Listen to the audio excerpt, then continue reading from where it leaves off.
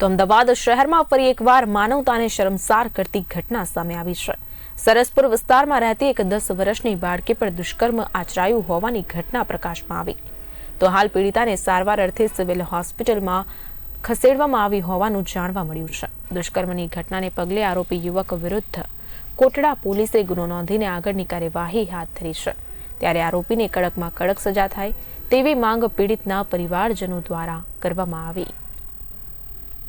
मेरे बाजू वाले ने, मेरे मकान मालिक के नवासे ने बिल्ली रमाने गई थी और इसके लिए लड़की को बिल्ली नहीं दी। बिल्ली लेके ने उसको पलंग पे खींच ली और मेरी लड़की के संग गंदा काम करा। अब वो लड़के को पुलिस ने अरेस्ट करा है। अब मैं ये चाहती हूँ कि मेरी लड़की को इंसाफ चाहिए और पुलिस से ये विनता है कि मेरी लड़की को इंसाफ चाहिए। मेरी लड़की 10 साल की है।